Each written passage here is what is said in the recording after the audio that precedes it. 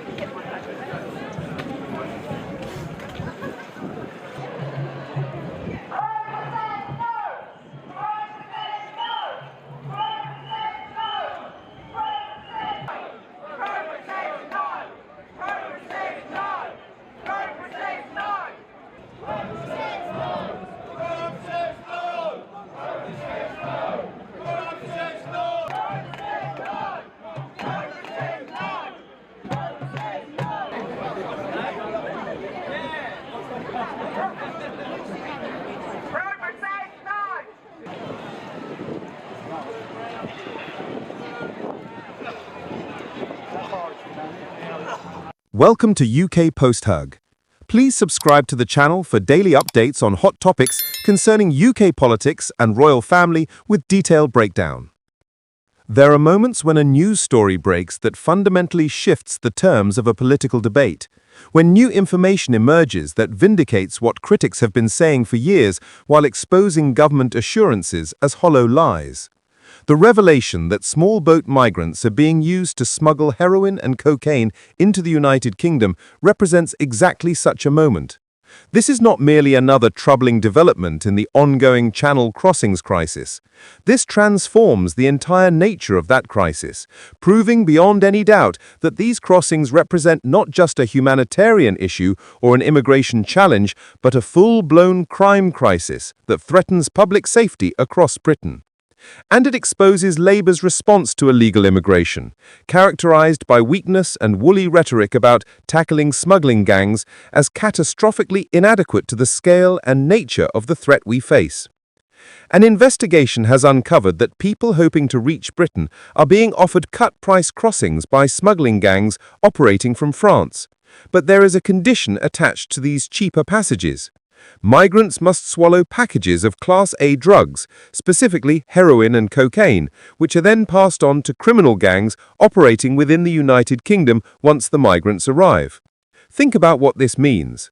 These are not isolated incidents of individual migrants making personal choices to supplement their journey with drug smuggling.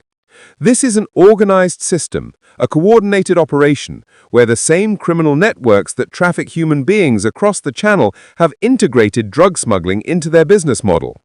The smuggling gangs have identified an opportunity. They control a route into Britain that bypasses conventional border security, and they can use the human cargo they are already transporting to simultaneously move high-value drugs into the UK market. People are also being offered what smugglers cynically market as VIP crossings, whereby they travel specifically with women and children on boats which are believed to attract less suspicion from French or British authorities. This reveals sophisticated understanding of how border enforcement operates, how the presence of women and children creates both practical and political barriers to interception and prosecution. A boat full of young men can be treated as what it likely is, economic migrants seeking a legal entry. But a boat containing women and children must be handled more carefully, more sensitively, with greater concern for welfare and safety. The smuggling gangs understand this dynamic perfectly and exploit it ruthlessly, using women and children as human shields to reduce the risk of interdiction and to ensure that even if boats are intercepted, the consequences for the smugglers will be minimal. It is believed that the drugs are collected from individuals at migrant hotels, those accommodations scattered across Britain where asylum seekers and illegal migrants are housed at taxpayer expense while their cases are processed, or more accurately, while they wait indefinitely in a system so overwhelmed that processing has essentially ground to a halt. The logistics are straightforward. Migrants arrive having swallowed drug packages. They are transported to hotels. Criminal gang members, either posing as visitors or operating through connections with hotel staff or other residents, collect the drugs. The packages then enter the UK distribution network, feeding Britain's drug markets and generating profits for organised crime. And all of this happens on British soil, in facilities funded by British taxpayers, under the noses of authorities who either cannot or will not act to prevent it. A number of human traffickers are also drug traffickers by trade, it is understood. This should surprise nobody who has paid attention to organised crime dynamics. Criminal gangs rarely specialise in single activities. The same networks that traffic humans also traffic drugs, weapons, and anything else that generates profit. Heroin flows through the Middle East, through Turkey, and into Europe along routes that have existed for decades. The United Kingdom is said to be the highest demand market for these substances in Europe, making it an exceptionally attractive target for smuggling operations. High demand means high prices, and high prices mean enormous profits for anyone capable of successfully importing drugs into British markets.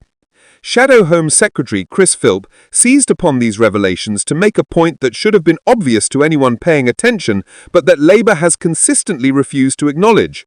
Small boat crossings are a crime crisis as well as a humanitarian issue. It is disgusting that criminal gangs are using illegal small boat immigrants to smuggle drugs into the UK, Philp stated. And he is absolutely correct. This is disgusting. It is also entirely predictable.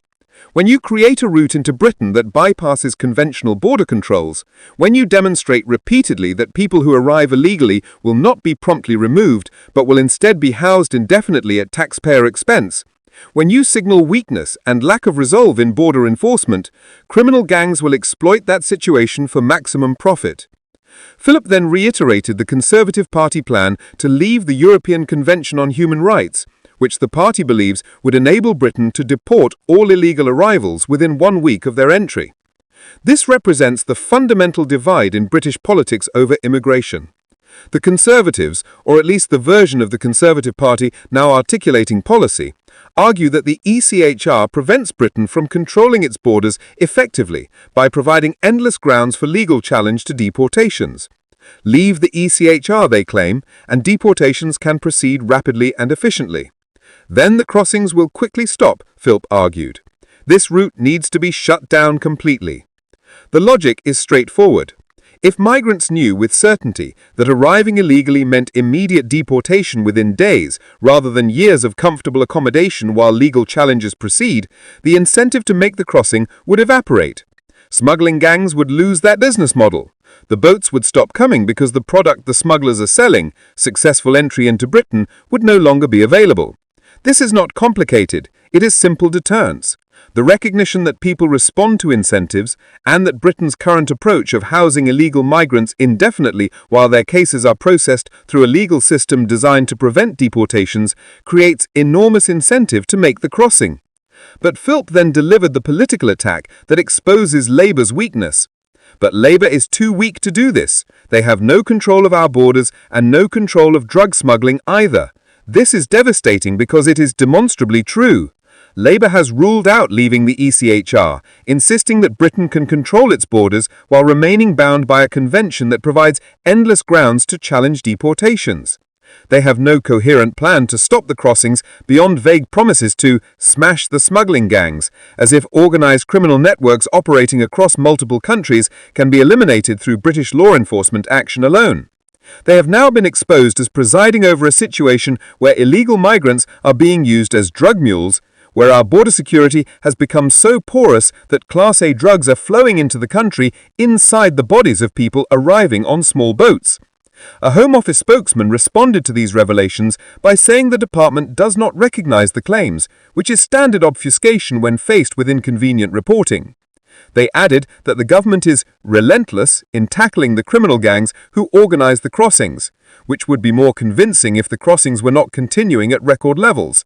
Every migrant arriving illegally is subject to thorough security checks and searches to ensure no illicit drugs enter the UK, the spokesman claimed. This is either a lie or evidence of staggering incompetence. If migrants are swallowing drug packages before boarding boats in France, and those packages remain inside their bodies upon arrival in Britain, how exactly are thorough security checks and searches supposed to detect them? Are we X-raying every arrival? Are we holding them until the packages are naturally expelled? Of course not. The Home Office statement is meaningless reassurance designed to create the impression of control where none exists. These revelations come amid reports that France has finally agreed on tactics to intercept small boats in the Channel. Le Monde reported at the end of November that this policy change follows a letter sent by Prime Minister Keir Starmer to French President Emmanuel Macron, in which Starmer urged, "It is essential that we deploy tactics this month and acknowledge that we have no effective deterrent in the Channel." That last phrase deserves emphasis. The Prime Minister of the United Kingdom has admitted in writing to a foreign head of state that Britain has no effective deterrent against illegal channel crossings. This represents extraordinary weakness, an admission of complete failure in one of the core functions of government, controlling who enters national territory. France previously stated it would review its maritime rules to permit police intervention when boats are in shallow water, rather than requiring officers to remain on land until boats reach deeper waters. But the change has apparently stalled, despite months of negotiation and promises. UK Border Security Commander Martin Hewitt told MPs last month it was frustrating that it had taken so long to implement new rules, which is diplomatic language for the reality that France is not genuinely committed to preventing crossings and is happy to allow the boats to leave French waters and become Britain's problem. The fundamental issue is that France has no incentive to stop the crossings. From their perspective, migrants in Calais and other channel ports represent a problem. But migrants who successfully cross to Britain are no longer their concern. Why would France invest significant resources in preventing people from leaving French territory?